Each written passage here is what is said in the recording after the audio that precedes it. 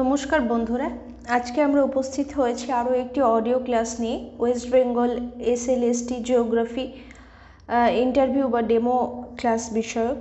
আজকে আমাদের যে টপিকটি বা ব্রাঞ্চটি নিয়ে আমরা আজকে আলোচনা করব সেটি হলো বায়োজিওগ্রাফি। তো চলুন শুরু করা যাক একে একে যে কীরকম ধরনের প্রশ্ন ইন্টারভিউ প্যানেলে আমাদের করা হতে পারে এবং তাদের সম্ভাব্য উত্তরগুলি আমরা কিভাবে দিতে পারি।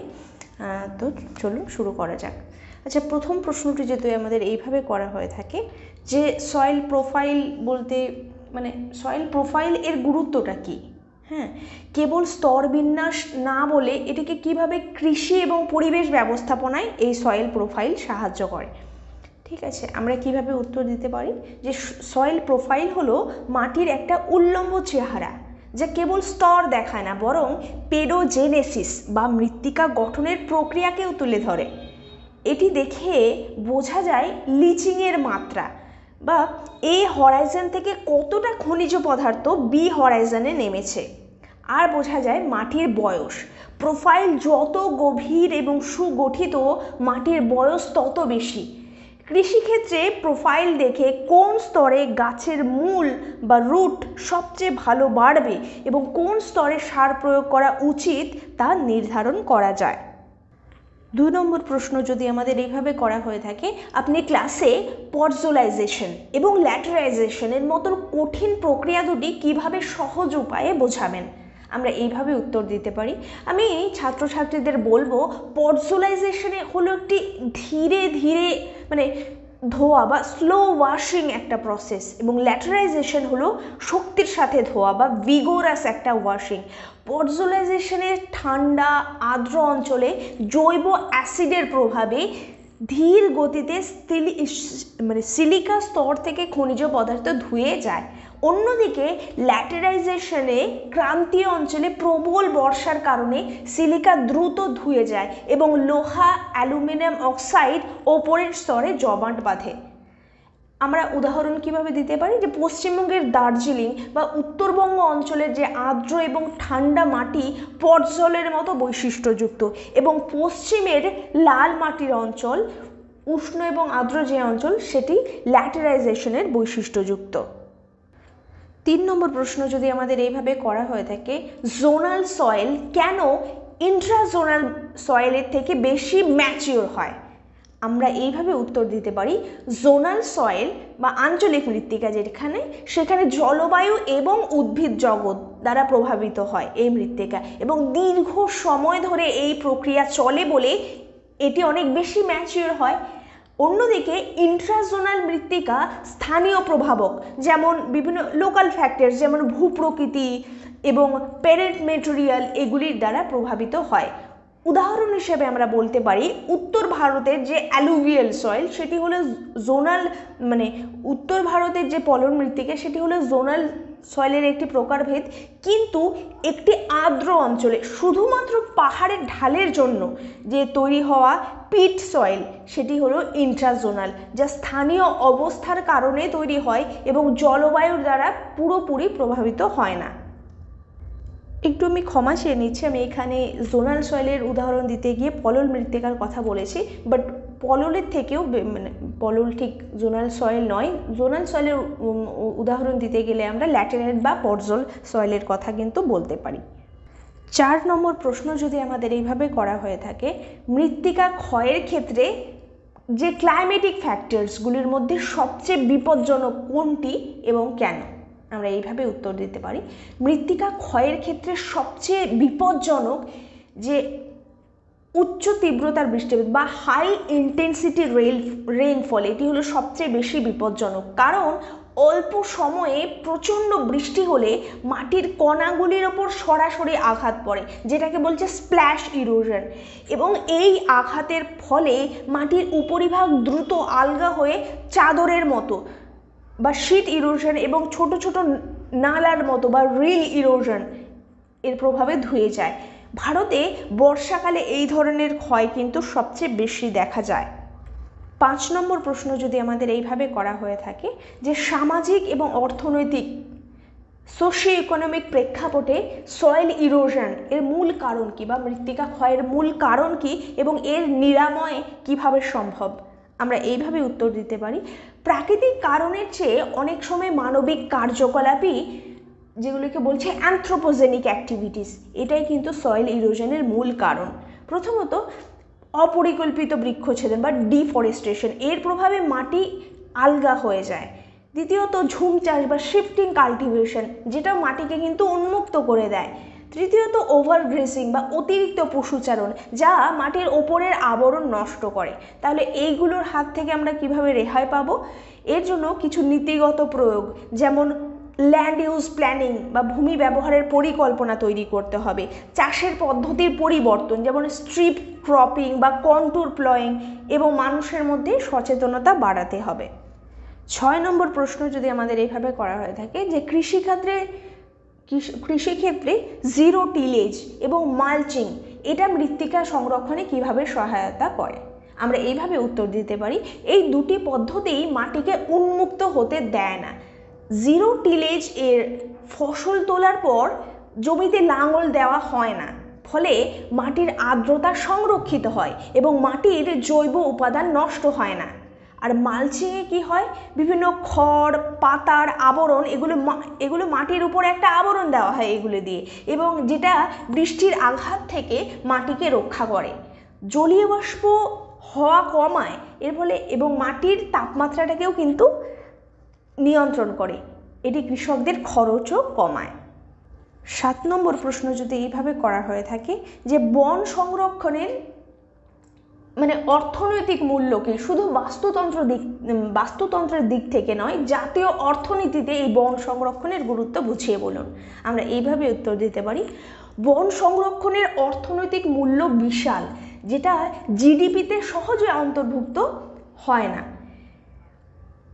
বন কি করছে, বনভূমিটা একটা কার্বন সিঙ্ক হিসেবে কাজ করছে, যেটা জলবায়ুর পরিবর্তনকে মোকাবিলা করে এবং কৃষিকে সুরক্ষিত রাখে। এটি যে নদীগুলি তাদের জলের প্রবাহকে নিয়ন্ত্রণ করে, যেটা জলবিদ্যুৎ এবং সেচের জন্য অপরিহার্য।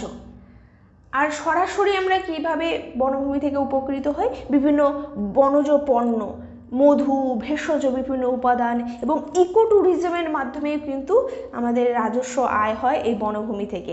উদাহরণ হিসেবে আমরা বলতে পারি সুন্দরবনের ম্যানগ্রোভ যে বন, উপকূলীয় অঞ্চলে ঘূর্ণিঝড়ের সময় কোটি কোটি টাকার সম্পত্তি এবং জীবন রক্ষা করে।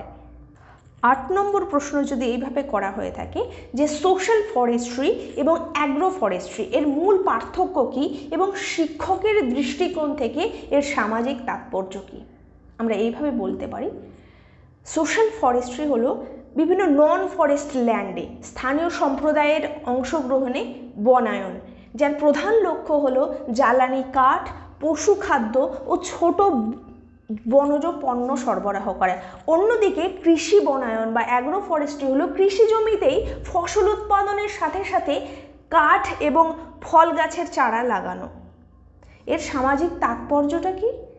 সামাজিক বনায়ন কি করছে? সোশ্যাল ফরেস্ট্রি স্থানীয় সম্প্রদায়ের অর্থনৈতিক নির্ভরতা এবং পরিবেশ সংরক্ষণের একটা দায়িত্ববোধ সৃষ্টি করছে, আর এতে স্থানীয় মানুষেরা সরাসরি উপকৃত হওয়ায় এই প্রকল্পটি কিন্তু সফল হয়।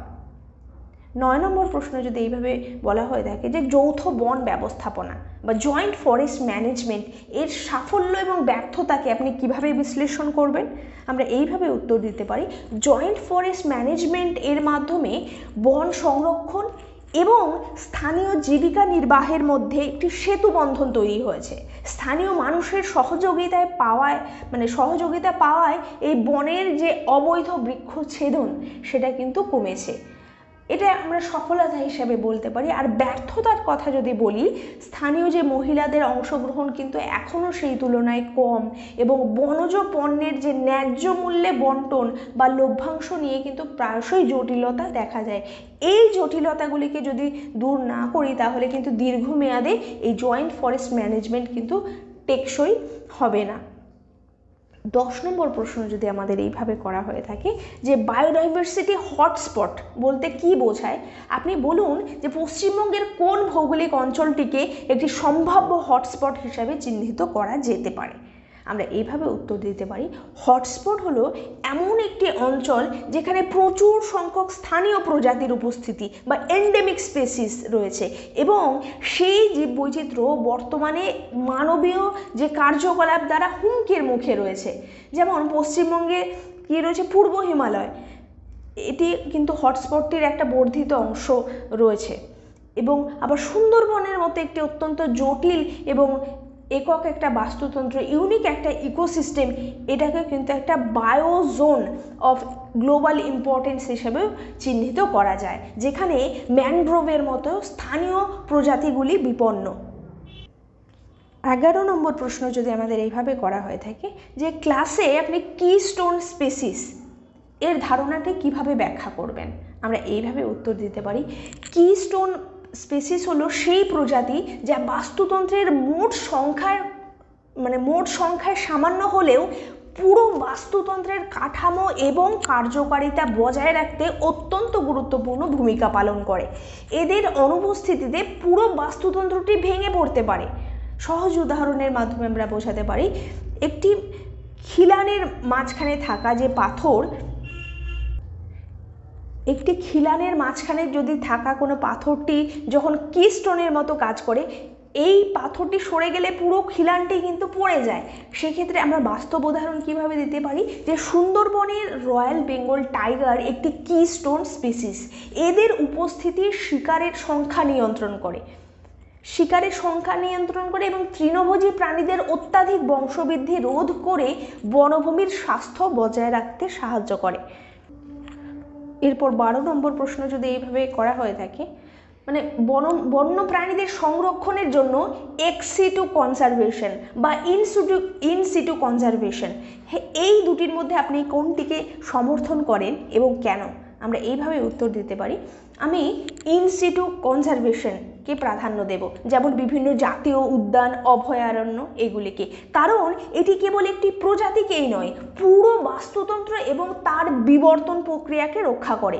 আর অন্যদিকে এক্স-সিটু, যেমন বিভিন্ন চিড়িয়াখানা, এগুলোতে যদিও বিলুপ্তির দ্বার প্রান্তে থাকা প্রজাতিকে রক্ষা করে, কিন্তু এর ফলে প্রজাতিটি তার প্রাকৃতিক শিকার, তার খাদ্য এবং প্রতিযোগিতার যে পরিবেশ থেকে বিচ্ছিন্ন হয়ে যায়, যা তার প্রাকৃতিক আচরণকে প্রভাবিত করে।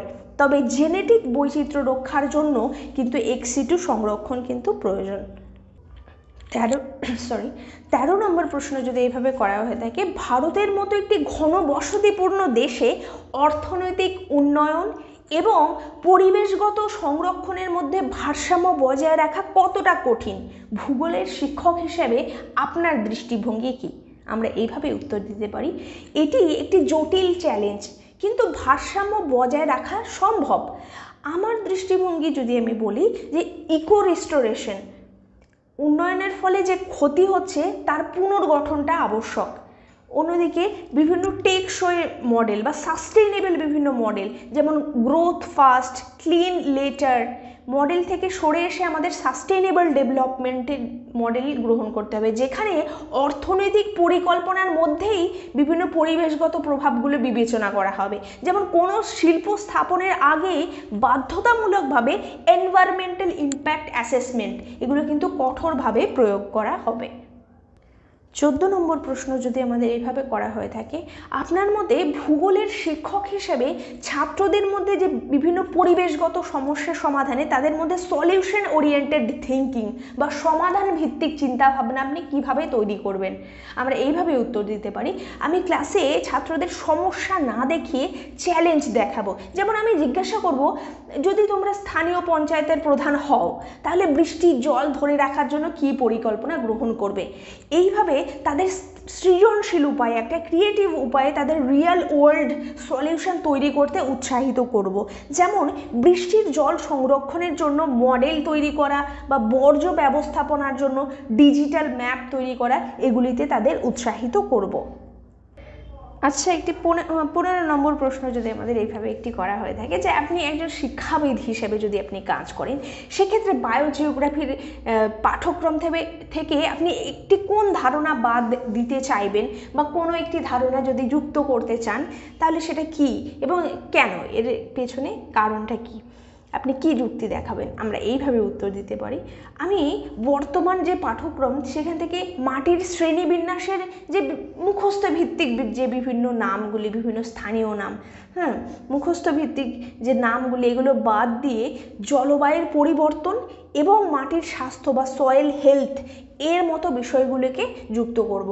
কারণ শিক্ষার্থীদের জানা প্রয়োজন যে জলবায়ু পরিবর্তনের ফলে কিভাবে মাটির উর্বরতা, আর্দ্রতা এবং ফসল উৎপাদন ক্ষতিগ্রস্ত হচ্ছে, যা তাদের ভবিষ্যৎ জীবনে সরাসরি প্রভাব ফেলবে।